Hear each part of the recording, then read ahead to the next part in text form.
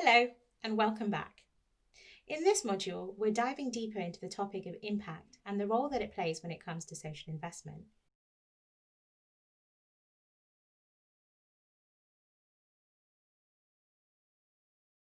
Step 1. Plan. Planning is a really important first step as it enables all of the other steps to fall into place. If you're able to build a clear and cohesive plan for how you want to measure and manage impact, it will give you a much better idea of how your organization's activities will drive change. This is then really helpful because it enables you to communicate with social investors. Remember, social investors are interested in both financial return and social impact, so it's really important that you're able to talk to them about yours. One tool that can be helpful during the planning stage is the Good Finance Outcomes Matrix, which was built with support from Big Society Capital and New Philanthropy Capital. Before we talk about the Outcomes Matrix though, what is an outcome? It's helpful to know that there are many different types of social impact that your organisation can measure, and outcomes is one of these, and it's one that social investors commonly look for. An outcome is quite simply the benefit, the learning, the change, or other effects that result from your organisation's activities. The Outcomes Matrix tool lays out common outcome areas, measures, and beneficiary groups that your charity or social enterprise may be working with. You can then use it to create a customised matrix which you can save and download. This is a helpful process to go on during your planning stages. Charities and social enterprises do so many things that it's a fundamentally important decision to know where to start with what to measure.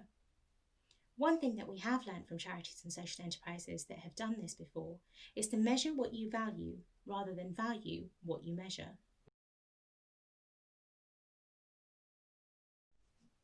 Another really helpful thing to be able to do during the planning stage is to develop a theory of change.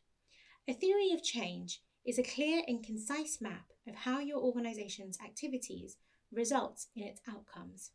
It's the story of A to Z, how your organisation gets from what it does to the change it's trying to create. The concept of a theory of change isn't new. It's been around for a long time, but in recent years it's got increasingly important with social investors and other types of funders. When you're developing a theory of change, there are a few key steps that you need to be able to take. These are communicating your activities, inputs, output, outcomes, and the overall change you're trying to make. Let's look at those elements in a bit more detail. Number 1, input. These are the inputs that your organisation needs to do what it does. This can be financial, human resources, or otherwise. There are lots of different types of inputs. Number 2, activities. This is what your organisation does day to day. This can also be called processes or interventions.